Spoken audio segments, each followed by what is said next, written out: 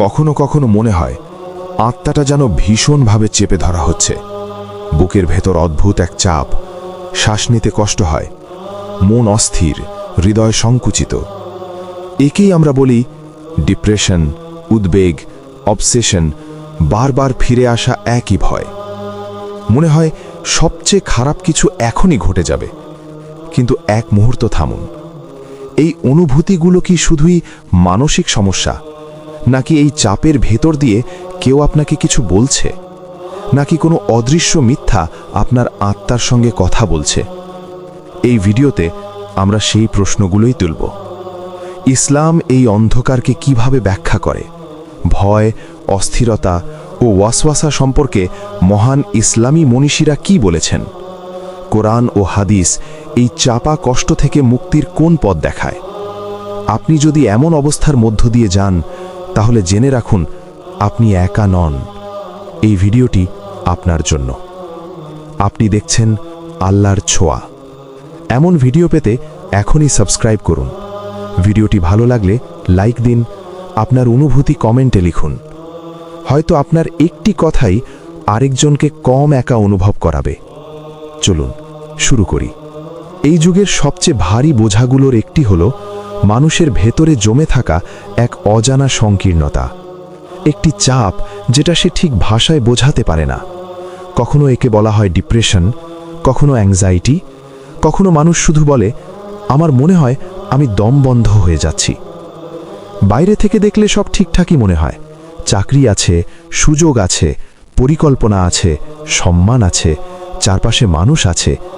কিন্তু ভেতরে যদি এমন একটি জায়গা থাকে যেখানে শ্বাস আটকে আসে, তাহলে একসময় এই ভিড়, এই সুযোগ, এই সুন্দর জীবন কিছুই যথেষ্ট মনে হয় না। কেউ বলে এটা চলে যাবে, কেউ বলে ছুটি নাও, কেউ বলে সময়ের সাথে ঠিক হয়ে যাবে, আবার কেউ কেউ সঙ্গে সঙ্গেই ওষুধ আর থেরাপির কথা বলে। এবং হ্যাঁ, অনেক মানুষের জন্য পেশাদার সাহায্য সত্যি দরকার, এটা অস্বীকার করা যায় না। কিন্তু আরেকটি প্রশ্ন থেকেই যায়, একই পৃথিবীতে, প্রায় একই পরিস্থিতিতে, একই রকম ক্লান্তি নিয়ে কেন কেউ ভেতরে ভেঙে পড়ে আর কেউ পড়ে না? এই প্রশ্ন আমাদের এক গভীর জায়গায় নিয়ে যায়। আত্মার এই সংকীর্ণতা কি শুধু জীবনের চাপ থেকে আসে, নাকি ঈমানের দুর্বলতারও এখানে বড় ভূমিকা আছে? বাইরে থেকে মানুষ ভাবে বাড়ি হলে শান্তি আসবে, গাড়ি হলে মন ভরবে, ঋণ শেষ হলে স্বস্তি মিলবে, বিয়ে হলে সব ঠিক হয়ে যাবে, চাকরি স্থায়ী হলে ভেতরের অস্থিরতা শেষ হবে। এক এক করে সব পূরণ হয়, কিন্তু ভেতরের উফ শেষ হয় না। কখনো কখনো মানুষ ঠিক তখনই সবচেয়ে বেশি আটকে যায় যখন সে নিজের চাওয়া পেয়ে যায়। তার আছে বেশি কিন্তু স্বস্তি কম, আর তখন সে নিজের উপরই রেগে যায়, নিজেকে প্রশ্ন করে আমার জীবনে আর কি কম আছে?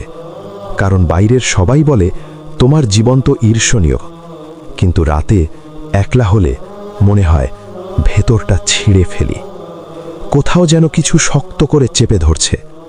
এই জায়গাতেই এক মনীষীর কথা মনে পড়ে। কথাটা কঠিন নয়, কিন্তু হৃদয়ে আঘাত করার মতো পরিষ্কার। তিনি বলেন, কখনো কখনো মানুষ এই পৃথিবীতে এমনভাবে আটকে যায় যেন তার গলা কোনো কারাগারে চেপে ধরা হচ্ছে।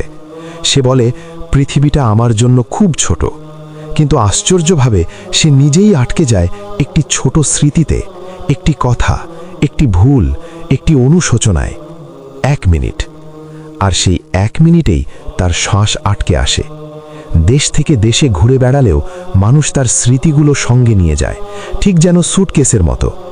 কারণ সমস্যাটা শরীরের জায়গার নয়। 2 মিটার লম্বা শরীর এই পৃথিবীতে ঠিকই জায়গা পায়, কিন্তু আত্মা পায় না। মানুষের যে অংশটা এই দুনিয়াতে ঠিক মতো বসতে পারে না, সেটাই আত্মা। এতক্ষণ আমরা রোগের লক্ষণ দেখলাম, এবার আসল প্রশ্ন, আত্মা কেন ফিট হয় না? কারণ মানুষের ভেতরে শুধু মাংস আর হাড় নেই, ভেতরে আছে আত্মিক শক্তি, যাকে ইসলামে বলা হয় লাতায়েফ, আধ্যাত্মিক ক্ষমতা, আধ্যাত্মিক অঙ্গ। এই অঙ্গগুলো ঠিক বীজের মতো। একটা বীজ ছোট, কিন্তু তার ভেতরেই লুকিয়ে থাকে বিশাল গাছ, ডালপালা, পাতা, ফল। মানে একটি ছোট বীজের ভেতরেও বিস্তৃত হওয়ার, উপরে ওঠার স্বাদ দেওয়ার ক্ষমতা থাকে। এখন একবার ভেবে দেখুন, একটি বীজ যখন মাটির নিচে থাকে সে থাকে খুবই সংকীর্ণ জায়গায়। যদি সেই বীজ পানি পায় সে ফেটে যায়, অঙ্কুর বের হয়, ধীরে ধীরে গাছ হয়ে ওঠে। কিন্তু যদি পানি না পায় সে কিছুদিন টিকে থাকে, তারপর ধীরে ধীরে পচে যায় আর মাটির সঙ্গে মিশে যায়। মানুষের আত্মিক অঙ্গগুলো ঠিক এমনই। সেগুলো আছে, কিন্তু সেগুলোর খুলে যাওয়া দরকার। যদি সেগুলো না খুলে তাহলে শুরু হয় কর্তব্যহীনতা, আর কর্তব্যহীনতা মানুষকে ভেতর থেকে চেপে ধরে। এখানে একটি খুব স্পষ্ট উদাহরণ আছে। ঘরে থাকা একটি শিশু যার করার মতো কিছু নেই, কোনো দায়িত্ব নেই, কোনো কাজ নেই। সে বিরক্ত হয়, ঘর এলোমেলো করে। একসময় মা আর সহ্য করতে না পেরে শিশুটার হাতে একটি ট্যাব তুলে দেয়। শিশু চুপ হয়ে যায়। কিন্তু এটা কি সমাধান? না, এটা শুধু মনোযোগ ঘুরিয়ে দেওয়া। একই জিনিস প্রাপ্তবয়স্কদের ক্ষেত্রেও হয়। একটা গেমও মানুষকে ভুলিয়ে রাখতে পারে। কেউ কেউ গেমে এতটাই ডুবে যায় যে টানা 35-40 ঘন্টা জেগে থাকে। দুনিয়ার বিনোদন, সিনেমা, গেম, গল্প, বই কিছু সময়ের জন্য আত্মাকে অবশ করে দেয়। কিন্তু অবশ ভাব কাটলেই সব আবার শুরু হয়। কারণ আপনি শরীরকে ঘোরাচ্ছেন, কিন্তু আত্মা এখনও ক্ষুধার্ত। আপনি দেশ থেকে দেশে ভ্রমণ করেন, একটার পর একটা খাবার খান, নতুন নতুন পোশাক পরেন, কিন্তু কিছুদিন পর আবার বুকের ভেতর সেই চাপ ফিরে আসে। কারণ শরীর আত্মার খাবার নয়। তাহলে আত্মাকে খাওয়ায় কি? আত্মার ভেতরে এমন একটি বীজ আছে যেটা গাছ হওয়ার জন্যই তৈরি। যদি সেই বীজ সঠিক পানির সংস্পর্শে আসে তাহলে সে ফল দেয়। ফল মানে কি? ফল মানে স্বাদ। এই স্বাদ দুনিয়ার ভোগের মতো নয়। যখন কোনো আরিফ ব্যক্তি বলেন, আমার দুনিয়া দরকার নেই, আমার আল্লাহই যথেষ্ট, শুনতে কবিতার মতো লাগে, কিন্তু আসলে এটা বেঁচে থাকা এক বাস্তব সত্য। কারণ যে এই স্বাদ একবার পেয়েছে সে আর অন্য কিছুর দ্বারা তৃপ্ত হয় না। সাহাবাই কেরাম অত্যন্ত কঠিন বস্তুগত অবস্থায় জীবন কাটিয়েছেন। পরীক্ষা ছিল ভারী, দুঃখ ছিল গভীর, কিন্তু তবুও তাদের ভেতরে ছিল এক অদ্ভুত প্রশান্তি। কারণ তাদের লাতাইফ বিকশিত হয়েছিল। তারা তাদের আত্মার দায়িত্ব খুঁজে পেয়েছিল এবং সেই দায়িত্ব ফল দিয়েছিল। এবার আবার শুরুতে ফিরে আসি। কেন আধুনিক মানুষের মধ্যে আত্মিক সংকীর্ণতা এত বেশি? কারণ লাতাইফগুলো বীজ হয়ে ভেতরেই পড়ে থাকে, কিন্তু পানির সংস্পর্শে আসে না। আত্মিক অঙ্গগুলো দায়িত্বহীন থেকে যায়, আর যে জিনিসের দায়িত্ব নেই সে মানুষকে ভেতর থেকে চেপে ধরে। এই কারণেই বাইরে থেকে যার জীবন পরিপূর্ণ মনে হয় সেও হঠাৎ দীর্ঘশ্বাস ফেলে বলে ওঠে, আহ! কারণ আত্মা নিজের জিনিস খুঁজছে, আর যখন তা খুঁজে পায় না তখন সে অ্যালার্ম বাজায়। এবার একটু গভীরে যায়। যাকে আমরা আত্মার সংকীর্ণতা বলি, এটা কোনো উপরের সমস্যা নয়। ভেতরে ভেতরে একটি পুরো প্রক্রিয়া কাজ করছে। এই প্রক্রিয়া না বুঝলে মানুষ নিজেকে ভুল জায়গা থেকে ঠিক করতে চায়। কারণ আত্মার কাঁচামাল আলাদা। আত্মা বাঁকা, অর্থাৎ চিরস্থায়িত্বের জন্য তৈরি। অস্থায়ী জিনিস দিয়ে তাকে কখনো পূর্ণ করা যায় না। যতই দেওয়া হোক, পাওয়ার পর্যন্ত একটা স্বাদ থাকে। পাওয়ার পরই শূন্যতা শুরু হয়। এই কারণেই দুনিয়ার আনন্দগুলো লক্ষ্য হয়ে উঠলেই মানুষকে ক্লান্ত করে ফেলে। কখনো কখনো আল্লাহ সেই জিনিসটাই ব্যর্থ করে দেন যেটা মানুষ বলে, এটা পেলেই আমি সুখী হব। কারণ মানুষ যদি আল্লাহ ছাড়া অন্য কিছুকে সুখের কেন্দ্র বানায় তাহলে আত্মা আরও বেশি আটকে যায়। দুনিয়ার সুখ পাওয়ার পর্যন্ত আকর্ষণীয়, পাওয়ার পর আত্মা আবার ক্ষুধার্ত হয়। এই কারণেই হারাম জিনিসও পাওয়ার পর্যন্ত টানে, পাওয়ার পর ফাঁকা লাগে, কারণ আত্মা ভুল দরজায় গিয়েছিল। অন্যদিকে যে কষ্টগুলো মানুষ সহ্য করে সেগুলো আনন্দের উল্টো কাজ করে।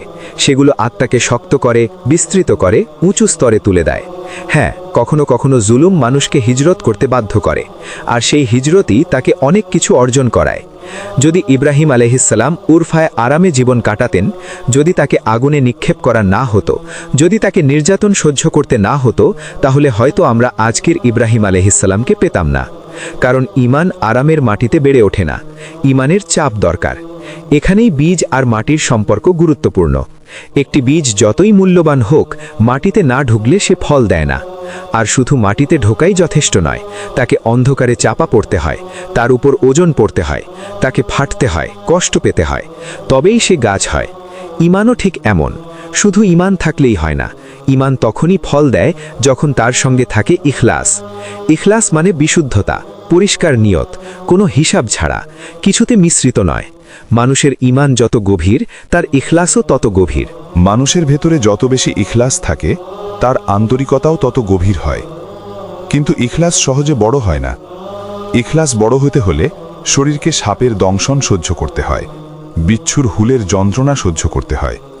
অর্থাৎ কষ্ট ছাড়া, আঘাত ছাড়া মানুষের আত্মা পরিপক্ক হয় না। যদি আত্মা পরিপক্ক না হয়, সে উপরে উঠতে পারে না। ঈমানের আলো ছাড়া কষ্ট মানুষের জীবনে দুইটি বড় বিপর্যয় নিয়ে আসে। প্রথমটি হল লোভ। এই লোভ এমন এক জিনিস যেটার পেছনে মানুষ ছুটে বেড়ায় নিজের আত্মাকে অবশ করার জন্য। ঠিক নেশার মতো, সব কিছুতেই আরও বেশি চাওয়া। আর এই লাগাতার চাওয়া মানুষকে সারাক্ষণ বিভ্রান্ত করে রাখে। এর পরিণতি একটাই, অসন্তুষ্টি। আর তার সঙ্গে আসে আরও বড় ব্যথা। দ্বিতীয় বিপর্যয় হল ভয়। মানুষ সম্ভাব্য সব খারাপ দৃশ্যপট আগেভাগেই কল্পনা করতে থাকে। সেই ভয় থেকেই তৈরি হয় অবসেশন। সিদ্ধান্ত নিতে কষ্ট হয়, মানসিক জট তৈরি হয়। মানুষ দুনিয়ার জীবন উপভোগ করতে পারে না। নেতিবাচক চিন্তাগুলো তার ভেতরের জগৎকে প্রায় জাহান্নামে পরিণত করে।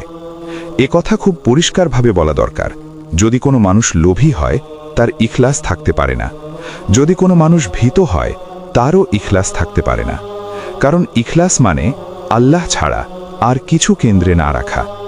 লোভের কেন্দ্রে থাকে দুনিয়া, ভয়ের কেন্দ্রে থাকে দুনিয়া। আর ইখলাস দুনিয়াকে কখনো কেন্দ্র বানায় না। দুনিয়ার প্রতি ভালোবাসাই সব গুনাহের মূল। কেন? কারণ দুনিয়ার প্রতি ভালোবাসা তামা, লোভকে খাওয়ায়। আর যেখানে তামা আছে, সেখানে ইখলাস থাকে না। খুব গুরুত্বপূর্ণ একটি কথা মনে রাখুন, লোভ আসে না প্রয়োজন থেকে। যার সত্যিকারের প্রয়োজন আছে, সে লোভী হয় না। লোভী সেই যার আত্মা তৃপ্ত নয়। আত্মা তখন দুনিয়াতেই জান্নাত খুঁজতে শুরু করে, আর যখন তা পায় না, তখন আরও চায়। এই কারণেই যার কোনো অভাব নেই, সেও অসুখী হতে পারে। কারণ সমস্যাটা টাকা নয়, সমস্যাটা তুলনা। সুখ তখন নির্ভর করে অন্যদের চেয়ে এগিয়ে থাকার ওপর। আর এই প্রতিযোগিতা ইখলাসকে পুরোপুরি ধ্বংস করে দেয়। জীবন একসময় দৌড়ে পরিণত হয়, আর দৌড়ে কখনো শান্তি থাকে না। তাহলে মুক্তির পথ কি? দুটি পথ আছে। এক, আল্লাহ দুনিয়ার নিয়ামত দেন, আর মানুষ সেগুলোকে আমানত মনে করে শুকরের সঙ্গে জীবন কাটায়। দুই, আল্লাহ সেই নিয়ামত সীমিত করে দেন, আর মানুষ ধৈর্য ও তাওয়াক্কুল নিয়ে বাঁচে। দুটো পথেই মুক্তি আছে, কিন্তু শর্ত একটাই, কেন্দ্রে থাকতে হবে আল্লাহ। যদি আল্লাহ কারোর জীবনের কেন্দ্রে না থাকেন, তাহলে বাড়ি থাকলেও যথেষ্ট নয়, গাড়ি থাকলেও যথেষ্ট নয়, পদমর্যাদা থাকলেও যথেষ্ট নয়, প্রশংসা পেলেও যথেষ্ট নয়। কারণ সমস্যাটা থাকা নয়, সমস্যাটা হলো সে যা পাচ্ছে তা দিয়ে সে কি পূরণ করতে চাইছে। বেশিরভাগ সময় মানুষ নিজের লোভটা বুঝতেই পারে না, কারণ সে সেটাকে সুন্দর শব্দে সাজিয়ে তোলে। সে বলে, এটা পরিশ্রম, এটা উচ্চাকাঙ্ক্ষা, এটা দৃঢ়তা। কিন্তু ভেতরের গভীরে একটা ফিসফিসানি চলে, অন্যরা যেন আমার চেয়ে এগিয়ে না যায়। এই বাক্যটাই ইখলাস এর গলা চেপে ধরে। কারুনের কথা মনে আছে? কারুন শুধু ধনী ছিল না, সে নিজেকে নিজের সম্পদের কারণ মনে করত। সে বলেছিল, আমি এটা পেয়েছি আমার জ্ঞানের মাধ্যমে। ভাববেন না, এই কথা শুধু অতীতে বলা হয়েছিল। আজকের দিনে এই কথা আরও জোরে শোনা যায়। আমি দিনরাত খেটেছি, আমি বুদ্ধিমান, আমি ঝুঁকি নিয়েছি, আমি এর যোগ্য। তাহলে প্রশ্ন করি, আপনার বুদ্ধি কে দিয়েছেন? আপনার দিন আর রাত কে দিয়েছেন? ঝুঁকি নেওয়ার সাহস কে দিয়েছেন? এই সময়ে আপনার সুস্থতা কে রক্ষা করেছেন? যখন মানুষ বলে আমি করেছি, তখন সে আল্লাহকে নিজের জীবন থেকে ধীরে ধীরে সরিয়ে দেয়। এটা হয়তো প্রকাশ্য অস্বীকার নয়, কিন্তু এটা এক গোপন বিচ্ছেদ। আর এই বিচ্ছেদ ভেতর থেকে ইখলাসকে পচিয়ে দেয়। এখানেই লোভ ঢুকে পড়ে, কারণ লোভ মানুষকে কৃতজ্ঞতা থেকে দূরে নিয়ে যায়। কৃতজ্ঞতা গেলে ইখলাসও চলে যায়। তারপর কি হয়?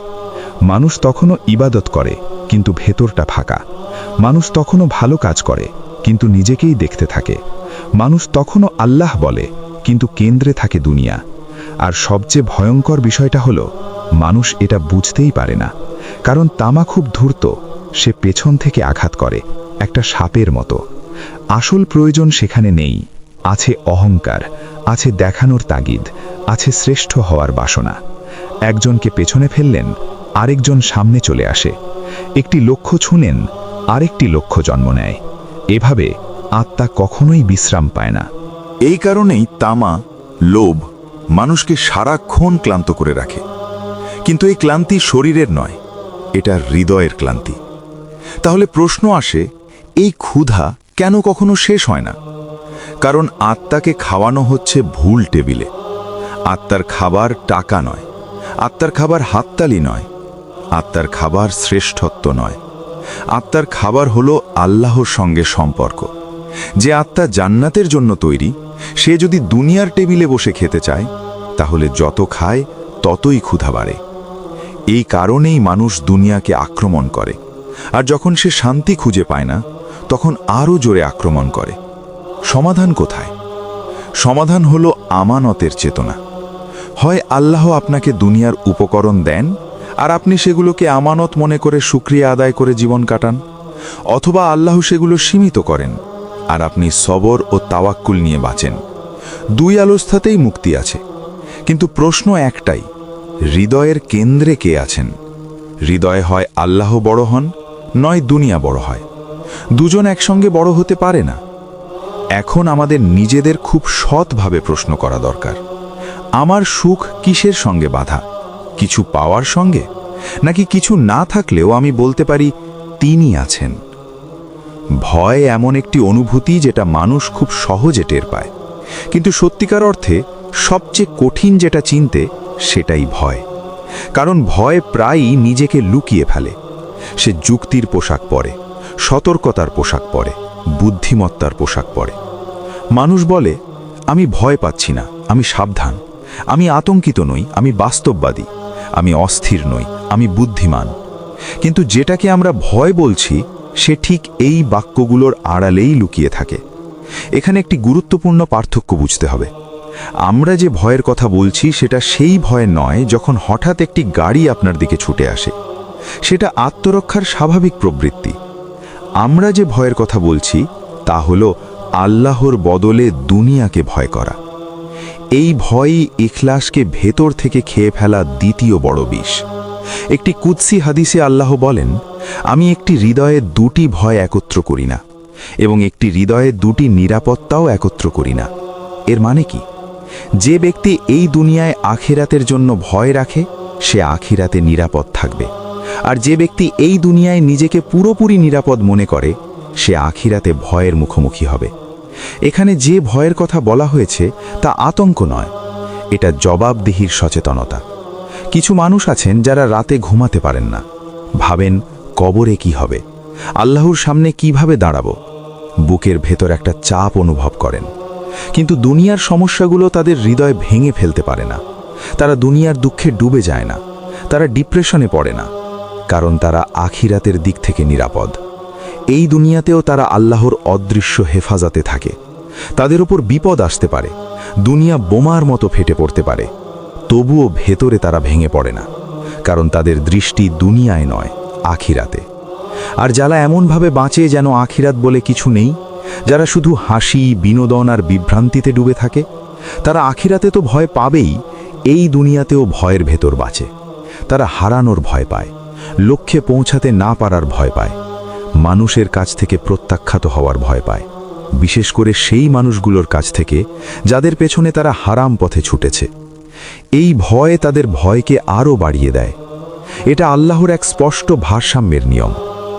ভয় মানুষের জীবনে বিভিন্ন রূপে আসে, কখনো স্বামী বা স্ত্রীর মাধ্যমে, কখনো সন্তানের মাধ্যমে, কখনো কাজের মাধ্যমে, কখনো স্বাস্থ্যের মাধ্যমে, কখনো অসুস্থতার মাধ্যমে, কখনো হঠাৎ কোনো দুর্ঘটনার মাধ্যমে। আর বেশিরভাগ সময় মানুষ বলে, এটা আমার সাথেই কেন হলো? কিন্তু খুব কম মানুষই জিজ্ঞেস করে, এই ঘটনার মাধ্যমে আল্লাহ আমাকে কি দেখাতে চান? আল্লাহ যদি সরাসরি হৃদয়ে চেপে ধরতেন, মানুষ বিদ্রোহ করত। তাই আল্লাহ এই চাপ পাঠান পর্দার আড়াল দিয়ে, কখনো কোনো মানুষ হয়ে, কখনো কোনো ঘটনা হয়ে, কখনো কোনো ক্ষতি হয়ে। এর প্রতিটাই এক একজন অতিথি, আর প্রতিটি অতিথি একটি বার্তা নিয়ে আসে। এই কারণেই এই ভয়গুলোর সঙ্গে খারাপ ব্যবহার করা উচিত নয়, কারণ এগুলোর একটি দায়িত্ব আছে। তারা তাদের বার্তা পৌঁছে দেয়, তারপর চলে যায়। ঠিক এখানেই এমন একটি বাক্য আছে যেটা মানুষকে দাঁড়িয়ে থাকতে সাহায্য করে, এটাও কেটে যাবে। এই বাক্য শুধু সান্ত্বনা নয়, এটা এক গভীর সত্য। কিছুই চিরস্থায়ী নয়, না কষ্ট, না আনন্দ, না ভয়। চিরস্থায়ী একমাত্র আল্লাহ। কখনো মানুষ ভাবে এই ভয় আমাকে ধ্বংস করে দিয়েছে। না, এই ভয় আপনাকে ধ্বংস করতে আসেনি। এই ভয় এসেছে আপনাকে জাগাতে। কারণ যদি ভয় না থাকতো, মানুষ কখনো আল্লাহর দিকে দৌড়াতো না।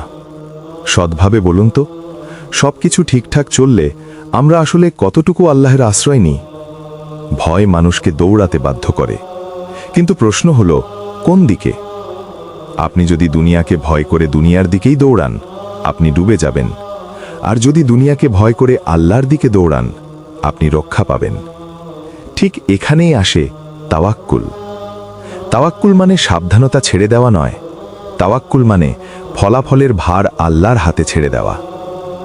যখন ঘটনা নিয়ন্ত্রণের বাইরে মনে হয়, ভয় বাড়ে। কিন্তু যে হৃদয় জানে সবকিছু আল্লাহর নিয়ন্ত্রণে, সেই হৃদয়ে ভয় ধীরে ধীরে প্রশান্তিতে রূপ নেয়। একটা উদাহরণ ভাবুন। আপনি রাস্তায় হাঁটছেন, এক কোণে একজনের হাতে বন্দুক, আর এক পাশে একজনের হাতে ছুরি, আর একজন চিৎকার করছে। স্বাভাবিকভাবেই আপনি ভয় পাবেন। কিন্তু হঠাৎ যদি দেখেন চারপাশে ক্যামেরা আছে, আপনি বলবেন, ওহ, সিনেমার শুটিং চলছে। তখন আপনি শান্ত হয়ে যাবেন, কারণ এখন সবকিছুর একটা স্ক্রিপ্ট আছে। তাকদীর ঠিক এমনই। যে মুহূর্তে আপনি বুঝে নেন সবকিছু আল্লাহর তাকদীর থেকে আসছে, হৃদয়ে স্বস্তি নেমে আসে। কিন্তু আধুনিক মানুষ কি বলে? না, সবকিছু এলোমেলো, সবকিছুই কাকতালীয়। এই চিন্তাই ভয়ের মূল শিকড়।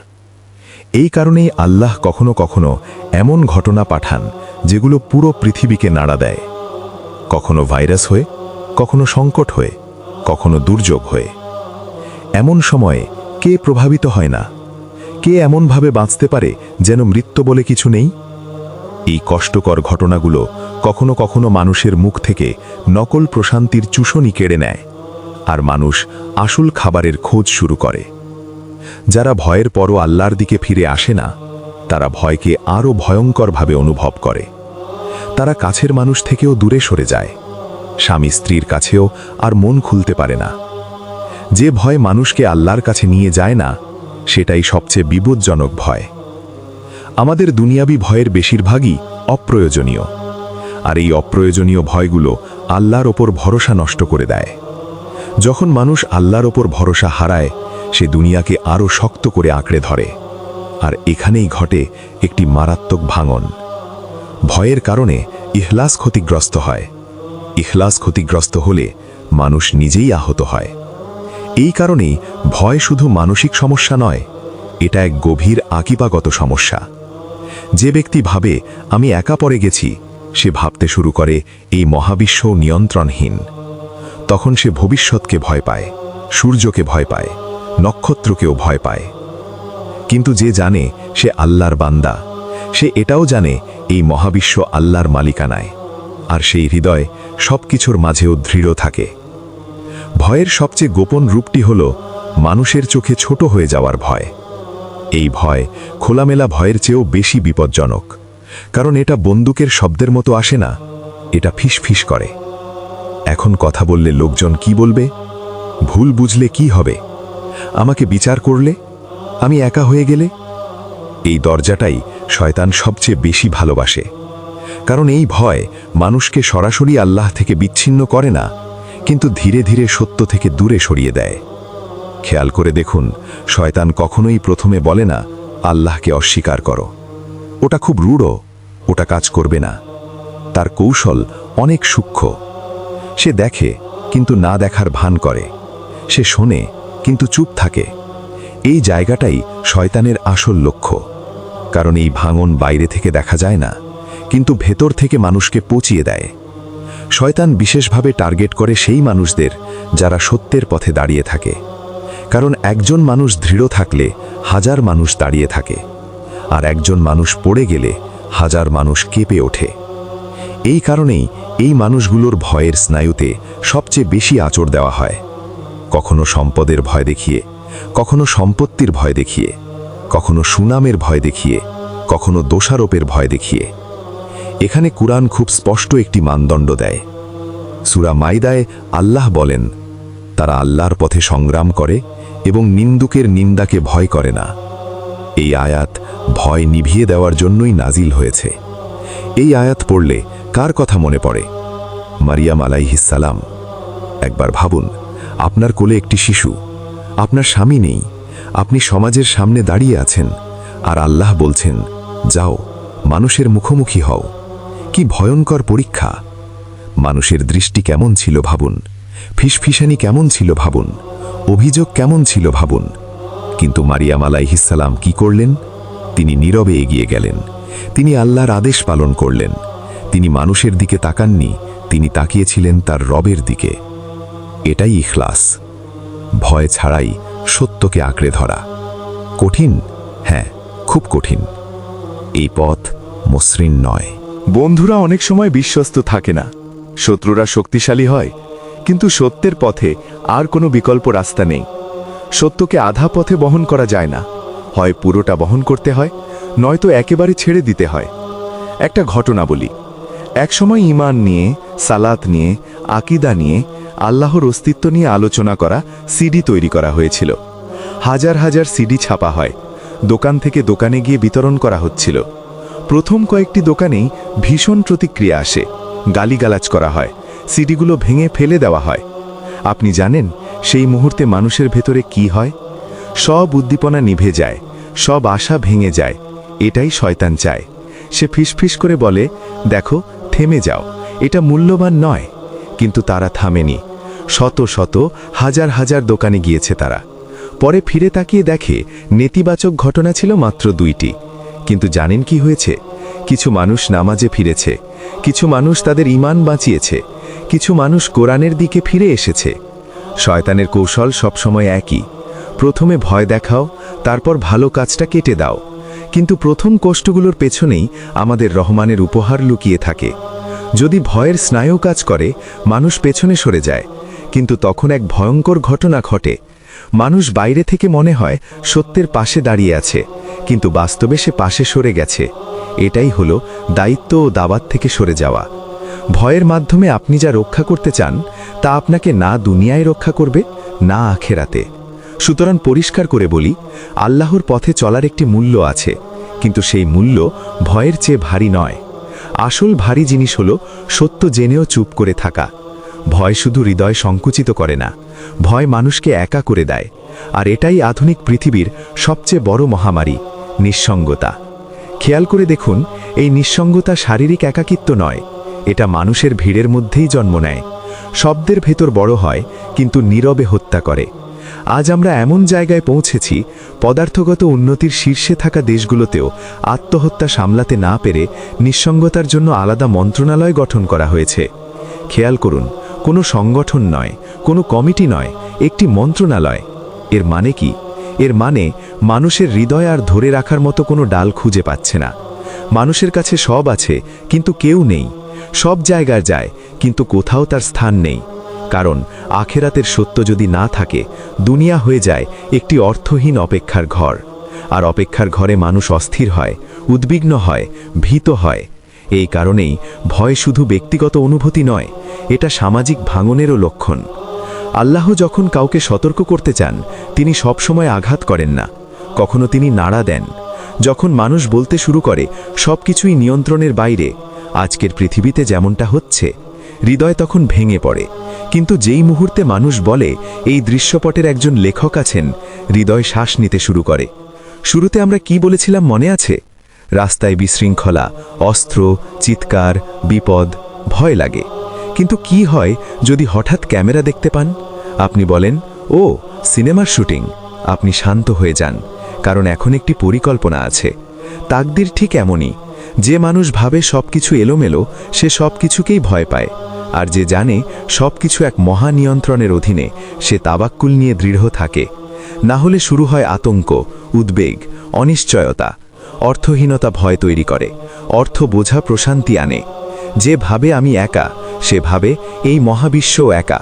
কিন্তু যে জানে সে আল্লাহর বান্দা, সে এটাও জানে এই মহাবিশ্ব আল্লাহর সম্পত্তি।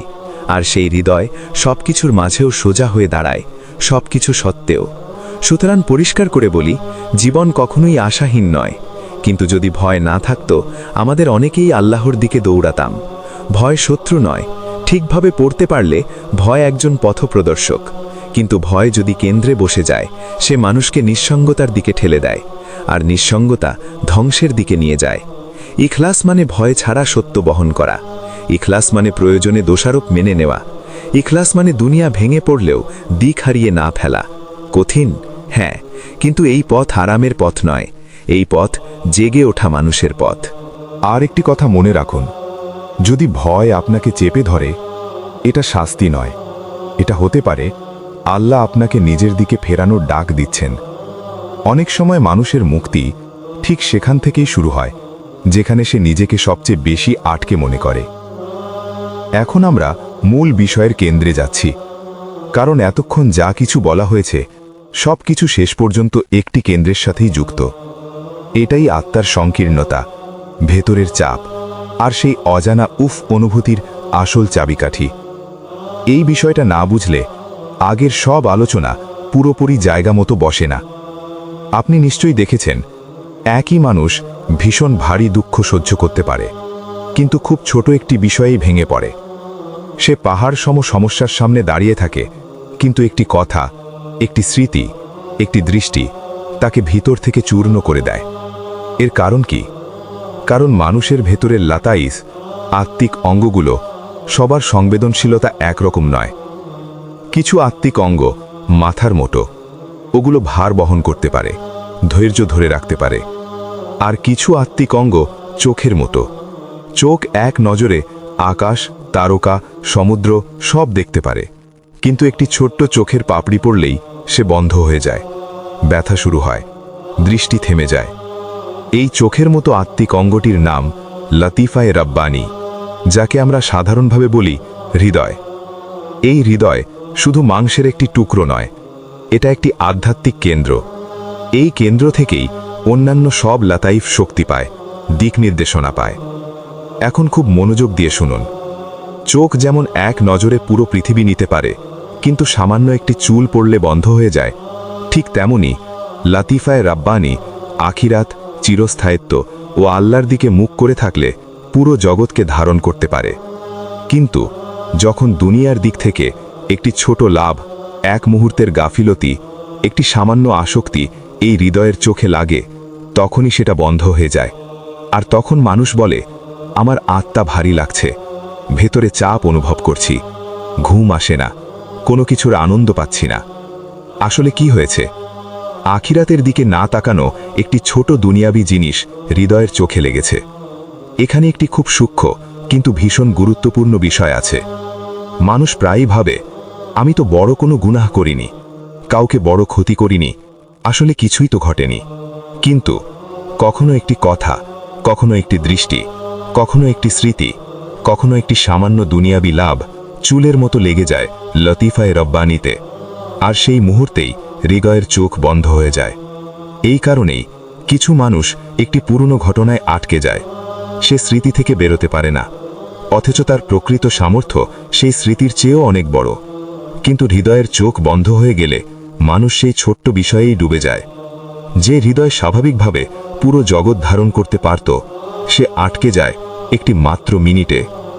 এখন একটি অত্যন্ত গুরুত্বপূর্ণ প্রশ্ন, হৃদয় এত সংবেদনশীল কেন? কারণ হৃদয়ের কাঁচামাল দুনিয়া নয়, হৃদয়ের কাঁচামাল হল বাঁকা, অর্থাৎ চিরস্থায়িত্ব। দুনিয়া অস্থায়ী, ক্ষণস্থায়ী, সীমাবদ্ধ। এই কারণেই হৃদয় যখন দুনিয়ার দিকে তাকায় সে ভারী অনুভব করে, আর যখন আখিরাতের দিকে তাকায় সে হালকা হয়ে যায়, স্বস্তি পায়। কিছু দুনিয়াবি বিষয় হৃদয়ের ওপর ভার তৈরি করে, এই ভারকেই বলা হয় আত্মিক ভার। কখনো একটি কথা শারীরিকভাবে কোনো ওজন রাখে না, কিন্তু আত্মিকভাবে তা ভীষণ ভারী। কখনো একটি দৃশ্য 1 সেকেন্ডের, কিন্তু তার হৃদয়কে তালাবদ্ধ করে দেয়। একটি ছোট্ট কামড় খুবই সামান্য, কিন্তু তার হৃদয়কে অন্ধকার করে দেয়। মানুষ এটা বুঝতে পারে না, সে শুধু বলে, আমি কেন এমন অনুভব করছি। সে কারণ খোঁজে না, তারপর সমাধান খোঁজে ভুল জায়গায়। এখানে এই লেখাটি একটি খুব শক্ত কিন্তু ভীষণ দয়ালু সতর্কবার্তা দেয়।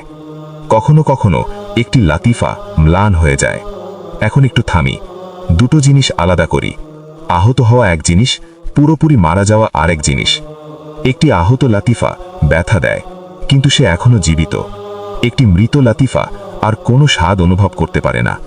এই কারণেই কিছু মানুষ বলে, আমি নামাজ পড়ি কিন্তু কোনো স্বাদ পাই না, আমি দিনী মাজলিসে বসি কিন্তু ঘুম আসে, আমি কুরআন পড়ি কিন্তু বিরক্ত লাগে। এখানে একটি ভীষণ গুরুত্বপূর্ণ রোগ নির্ণয় আছে। সমস্যা নামাজে নয়, সমস্যা দাওরায় নয়, সমস্যা কুরআনে নয়। সমস্যা হলো আত্মার সেই জিহবা যেটা স্বাদ গ্রহণ করে। এই আত্মিক জিহ্বাটি আসলে আহত। লেখাটি এই বিষয়টি বোঝাতে একটি খুব শক্তিশালী উদাহরণ দেয়। ভাবুন, একজন মানুষের জিহ্বা যদি খুর দিয়ে কাটা থাকে, আপনি যদি তাকে পৃথিবীর সবচেয়ে সুস্বাদু মিষ্টান্নও দেন, সে কি বলবে? সে বলবে, আমি কোনো স্বাদ পাচ্ছি না। এখন প্রশ্ন হলো, মিষ্টান্নের কি কোনো দোষ আছে? না, সমস্যা মিষ্টান্নে নয়, সমস্যা জিহ্বায়। ঠিক একই বিষয়টি আত্মিক জীবনে প্রযোজ্য। যদি লতিফাই রব্বানি আহত থাকে, তাহলে সবচেয়ে সুন্দর ইবাদতও কষ্টের মতো লাগতে পারে, বরং কখনো কখনো তা বিরক্তিকর মনে হয়। আর তখন মানুষ কি করে? সে বলে, সম্ভবত এটা আমার জন্য নয়, এই পথটা আমার জন্য উপযুক্ত না, আমার দ্বারা হয় না। এটা একটি মারাত্মক ভুল রোগ নির্ণয়, কারণ সমস্যা পথের না, সমস্যা হৃদয়ের চোখের। এখানে করণীয় কি তা আসলে পরিষ্কার: পুনর্বাসন। একটা পা যদি 1 মাস প্লাস্টারে বাঁধা থাকে, সে পা পেশি হারায়। প্লাস্টার খোলার পর সঙ্গে সঙ্গে কি আগের মতো শক্ত হয়ে যায়? না, আগের শক্তিতে ফিরতে মাসের পর মাস, কখনো বছরের পর বছর চর্চা দরকার হয়। আত্মিক মতাইফ ঠিক একই রকম। কিছু সময় এগুলো অবহেলিত থাকে, কিছু সময় ভুল খাবার খায়, কিছু সময় দুনিয়ার বিষ খায়। তারপর মানুষ প্রশ্ন করে, আগের সেই স্বাদ কোথায় গেল? কিন্তু এই সুস্থতা দ্রুত ফিরে আসে না। এটার জন্য দরকার ইচ্ছাশক্তি, অটলতা, ধৈর্য। এখানে লেখাটি একটি খুব স্পষ্ট বাক্য বলে, আমি নিজেকে নামাজে আদেশ করি, আমি নিজেকে ইলমের মজলিসে আদেশ করি, আমি নিজের নফসকে শাসন করি। অর্থাৎ এটা ইচ্ছে হলো কি না এই বিষয় নয়। ইচ্ছে আসে না কারণ লতিফা আহত। এখানে ইচ্ছের জায়গায় ইরাদা নামতে হবে। কিন্তু এখানেই সবচেয়ে বড় বিপদটি আছে। যদি কোনো লতিফা শুধু আহত না হয়ে ম্লান হয়ে মারা যায়, তাহলে পরিস্থিতি ভয়াবহ হয়ে যায়। একটি মৃত লতিফা আর গুনাহে অস্বস্তি অনুভব করে না। মানুষ মিথ্যা বলে, বিবেকে ব্যথা লাগে না। গীবত করে, ভেতরে কিছু কাঁপে না। হারাম করে, লজ্জা আসে না। এটা দুনিয়ার দিকে তাকানো মুখ। আর আখিরাতের দিকে তাকানো মুখ আরও ভয়ঙ্কর, কারণ সেখানে মানুষ দেখে অন্যরা ইবাদতে স্বাদ পাচ্ছে, অন্যরা কুরআনে শান্তি পাচ্ছে, অন্যরা আল্লাহর নৈকট্যে আনন্দ পাচ্ছে, কিন্তু সে নিজে কিছুই অনুভব করতে পারছে না। এই কারণেই দুনিয়া হলো একটি নার্সারি। এখানেই লাতাইফ বড় হয়, আর আখিরাত হলো ফসল তোলার জায়গা। যা এখানে বাড়েনি, ওখানে অপূর্ণই থাকবে। এই জায়গাতেই আত্মার সংকীর্ণতার আসল ভয়াবহতা স্পষ্ট হয়। এটা শুধু আজ ভালো লাগা বা না লাগার প্রশ্ন নয়, এটা মানুষের চিরস্থায়ী সামর্থ্যের প্রশ্ন। এখন আমরা একটি ভীষণ গুরুত্বপূর্ণ সীমা অতিক্রম করছি। এতক্ষণ আমরা বলছিলাম কি হচ্ছে, এখন প্রশ্ন কিভাবে এটা হচ্ছে। এই প্রশ্ন আর এড়ানো যায় না। যদি মানুষ জানে যে কিছু জিনিস তার হৃদয়কে চেপে ধরে, তবুও সে কেন বারবার সেগুলোর দিকেই যায়? প্রশ্নটা সহজ মনে হয়, কিন্তু এর উত্তর মানুষের ভেতরের গঠন খুলে দেয়। একটি লাতিফা মাত্র 2টি কাজ করে। সে হয় আনন্দ তৈরি করে, না হয় যন্ত্রণা তৈরি করে। তৃতীয় কোনো অবস্থা নেই। সে খালি থাকতে পারে না, ঝুলে থাকতে পারে না। সে হয় তার দায়িত্ব পালন করে এবং প্রশান্তি দেয়, না হয় নিষ্ক্রিয় থাকে এবং ব্যথা তৈরি করে। যাকে আমরা বলি আত্মার চাপ, এটা আসলে সেই লাতাইফের আর্তনাদ যেগুলো এখন যন্ত্রণা তৈরি করছে। মানুষ এই শব্দ থামাতে চায়, কিন্তু ভুল পদ্ধতিতে। এখানেই 2টি ভীষণ গুরুত্বপূর্ণ ধারণা আসে: কুয়া শাহিদা এবং কুয়া সাইকা। একটি শক্তি বলে আমি এটা চাই, আরেকটি শক্তি বলে এইটা বেছে নাও। একটি আপনাকে নড়াচড়া করায়, আরেকটি দিক নির্ধারণ করে। মানুষ যখন কোনো কিছুর দিকে ঝোঁকে তা কখনোই হঠাৎ নয়। এমনকি আপনি যেটাকে বলেন হঠাৎ মন চাইল, সেটাও আসলে একটি সুস্থ বা আহত লাতিফার ফল। এখন খুব মনোযোগ দিন। এই দুই শক্তি যদি সুস্থ থাকে, মানুষ সঠিক সময়ে সঠিক জিনিস চায়। কিন্তু যদি এগুলো আহত থাকে, মানুষ ভুল জিনিস চায়, ভুল সময়, ভুল ভাবে। এই কারণেই কিছু মানুষ নিজেদের ধ্বংস করে এমন সিদ্ধান্ত নেয় আর বলে ভেতর থেকে এমন লাগলো। আসলে ভেতর থেকে যা এসেছে তা কোনো সুস্থ অন্তরের আওয়াজ নয়, তা হলো একটি আহত লাতিফার চিৎকার। মানুষ কোনো প্রস্তাব প্রত্যাখ্যান করতে পারে, এটাই স্বাধীনতা। কিন্তু যখন সে কিছু বেছে নেয়, সে প্রায়ই বলতে পারে না কেন বেছে নিল। মানুষ এভাবেই বিবাহ বেছে নেয়, এভাবেই পেশা বেছে নেয়, এভাবেই জীবনধারা বেছে নেয়। তারপর বছর কেটে গেলে বলে, আমি এটা কেন করলাম? কারণ যে লাতিফা সেই সিদ্ধান্ত সময় সক্রিয় ছিল তা তখনও সুস্থ হয়নি। এখানে খুব স্পষ্ট করে বলতে হয়, যে মানুষ আত্মার চাপ অনুভব করে তার সমস্যা শুধু মন খারাপ নয়, তার সমস্যা হলো ভুল বেছে নেওয়ার অভ্যেস। যে লাতিফা ভুল খাবার পায় সে ভুল জিনিসই চায়, আর যে লাতিফা ভুল জিনিস চায় সে ভুল জীবন গড়ে তোলে। আর তারপর মানুষ নিজেরই গড়া জীবনের ভেতরে দম বন্ধ করে বসে থাকে। মনে রাখবেন, লাতিফাই রব্বানি একটি চোখের মতো। হৃদয় এমন এক চোখ, যে চোখ পুরো জগৎকে ধারণ করতে পারে, কিন্তু একটি চোখের পাপড়ির মতো সামান্য কিছুর আঘাতেই বন্ধ হয়ে যায়। মানুষ সাধারণত বলে, এটা তো একবারই, খুব ছোট বিষয়, এত বাড়াবাড়ি কেন? কিন্তু হৃদয় এভাবে কাজ করে না। হৃদয় ছোট বড় হিসেব করে না, হৃদয় দিক হিসেব করে। এই ছোট জিনিসটি কি তোমাকে আল্লাহর দিকে নিচ্ছে নাকি দুনিয়ার ভেতরে পুঁতে ফেলছে? যদি পা তোমাকে দুনিয়ার ভেতরে পুঁতে ফেলে, তাহলে সেটাই হৃদয়ের চোখে বিদ্ধ হয়। এখান থেকেই শুরু হয় একটি ভীষণ বিপজ্জনক প্রক্রিয়া। গাফলত মানে অজ্ঞতা নয়, গাফলত মানে জেনে শুনে চিরস্থায়ী হীরের বদলে ক্ষুদ্র সাময়িক আনন্দ বেছে নেওয়া, জেনে শুনে স্থায়ীর বদলে অস্থায়ীকে প্রাধান্য দেওয়া। এই নির্বাচন যখন বারবার হয়, হৃদয়ের চোখ একের পর এক আঘাত পায়, এক আঘাত, আর এক আঘাত, আর এক আঘাত। শেষে কি হয়? কখনো কখনো এই চোখ ম্লান হয়ে যায়, এমনকি মরে যায়। যদি লাতিফায়ে রব্বানি মরে যায়, তাহলে মানুষ আর ইবাদাতে কোনো স্বাদ পায় না। শুধু অভ্যাস থাকে, শুধু বাহ্যিক রূপ থাকে, শুধু অভিনয় থাকে। তখন এই কথাগুলো শোনা যায়, নামাজ আমাকে কিছু দেয় না, দিনী মজলিস ফাঁকা লাগে, এই বিষয়গুলো আর আকর্ষণ করে না। এখানে একটি অত্যন্ত গুরুত্বপূর্ণ পার্থক্য করতে হবে।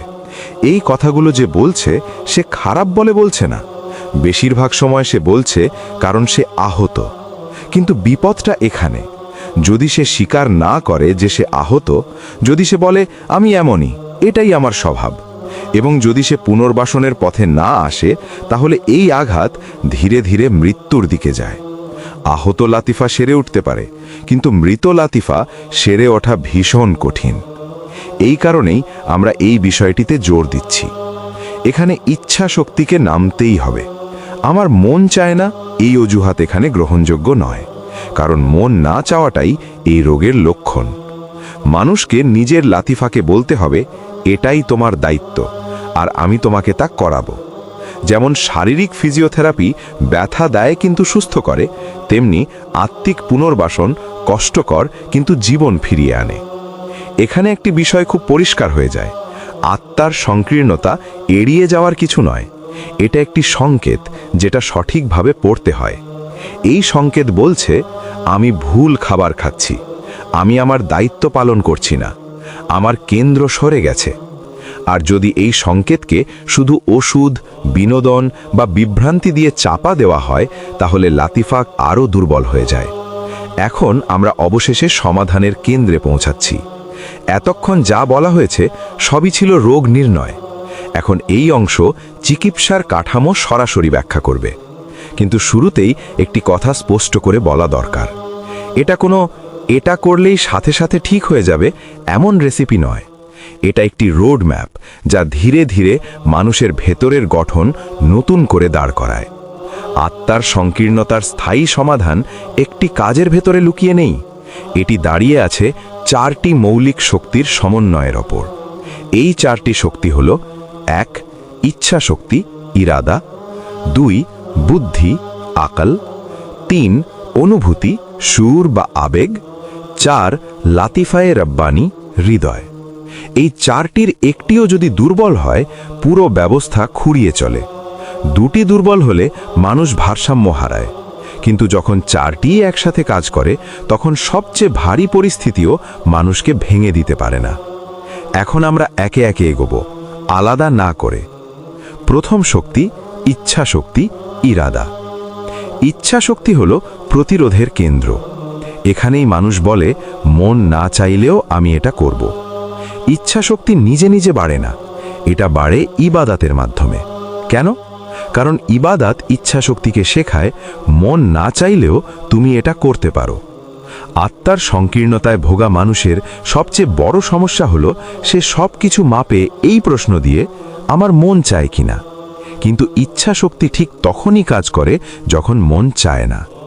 ইচ্ছা শক্তি কাজ না করলে মানুষ গতকালের কপি হয়ে যায়, আজও একই কালও একই। এবং এখানে একটি তীক্ষ্ণ সত্য আছে, ইচ্ছা শক্তি দুর্বল হলে লাতিফা কখনোই পুনর্বাসিত হতে পারে না, কারণ পুনর্বাসন দাবিদার, আর ইচ্ছা শক্তি ছাড়া কোনো আত্মিক ক্ষত সারে না। দ্বিতীয় শক্তি বুদ্ধি আকল। বুদ্ধি হলো সেই জায়গা যেটা মারিফাত দিয়ে পুষ্ট হয়। এখানেই মানুষ জানে, কিন্তু শুধু জানা কখনোই যথেষ্ট নয়। যদি মন মারিফাত ইল্লাহ দ্বারা পুষ্ট না হয়, অর্থাৎ আল্লাহকে জানার দ্বারা, মানুষ কখনো বুঝতে পারবে না কেন সে কষ্ট সহ্য করছে। শুধু ভালো ইচ্ছা যথেষ্ট নয়, একটি মানুষকে জানতে হবে কেন সে ধৈর্য ধারণ করছে, কেন সে ত্যাগ করছে, কেন সে এই দুনিয়ার প্রতি আকর্ষণ ছেড়ে দিচ্ছে। যদি জ্ঞান না থাকে, ইচ্ছা শক্তি খুব দ্রুত ক্লান্ত হয়ে যায়। এ কারণেই এই শিক্ষাগুলো পুনরায় বলা, পুনরাবৃত্তি করা কোনো অপ্রয়োজনীয় কাজ নয়। মনে রাখো, মন ভুলে যায়, দুনিয়া নীরব দোলে অন্য কিছুর প্রতি ফিসফিস করে। যদি মন পুষ্ট না হয়, তাহলে দুনিয়ার কণ্ঠস্বর ক্ষমতাধর হয়ে ওঠে। অনুভূতি হলো সেই শক্তি যা মহব্বত ইল্লাহ দ্বারা জীবিত হয়। এটাই মানুষকে ভালোবাসতে শেখায়।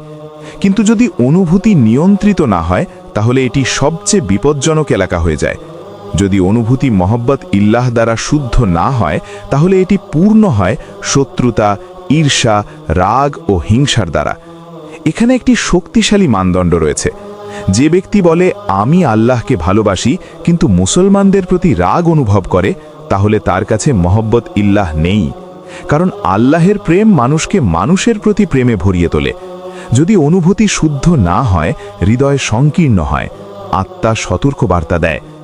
আত্মার সংকীর্ণতার একটি অংশ আসে এখান থেকেই, ভুলভাবে খাওয়ানো অনুভূতি। হৃদয় অর্থাৎ লাতিফাই রাব্বানি হলো কেন্দ্র। এখন মূল বিষয়, লাতিফাই রাব্বানি সেই কেন্দ্র যেখানে অন্য 3টি শক্তি মিলিত হয়। ইচ্ছা শক্তি কাজ করে, মন জানে, অনুভূতি ভালোবাসে, কিন্তু যদি হৃদয়ে তাদের সংযুক্ত না করে, সব কিছু বৃথা। হৃদয়ের মূল দায়িত্ব দৃশ্যমান জগৎকে অদৃশ্য জগতের সাথে সংযুক্ত করা। মানুষ বস্তু দেখে, কিন্তু হৃদয়কে সেই বস্তুর পেছনের আসমা দেখতে হবে। যে ব্যক্তি বস্তু দেখে কিন্তু আসমা দেখে না, তার হৃদয় ক্ষুধার্ত থাকে। প্রতিদিন আশীর্বাদে সাক্ষাৎ পায়, কিন্তু হৃদয় খাওয়ানো হয় না। পাঠ্যটি এটাকে বর্ণনা করে আত্মিক আত্মহত্যা হিসাবে। হৃদয়কে পুষ্ট করা, হৃদয়কে পুষ্ট করে মুশাহাদা ইল্লাহ, অর্থাৎ আল্লাহ আমাকে দেখছেন, আমি তার সান্নিধ্যে আছি। এই বস্তুও তার প্রতিফলন। এই সচেতনতা হৃদয়কে খাওয়ায়। এই হলো সেই স্থান যেখানে আয়াতের অর্থ জীবন্ত হয়। শুধু আল্লাহের শ্রণনেই হৃদয় শান্তি পায়। এখানে হৃদয় শুধু মাংস নয়, এটি লাতিফাই রাব্বানি, যা সব কিছু সংযুক্ত করে। 4টি শক্তি মিলিত হলে, ইচ্ছা শক্তি দুর্বল হলে সংকীর্ণতা দেখা যায়, মন পুষ্ট না হলে জ্ঞান ধীরে ধীরে ক্ষীণ হয়, অনুভূতি বিশৃঙ্খল হলে হৃদয় সংকীর্ণ হয়, হৃদয় সংযুক্ত না হলে সব কিছু বৃথা। যখন এই 4টি একসাথে কাজ করে, একজন মানুষ সবচেয়ে ভারী মুহূর্তেও ভেঙে পড়ে না।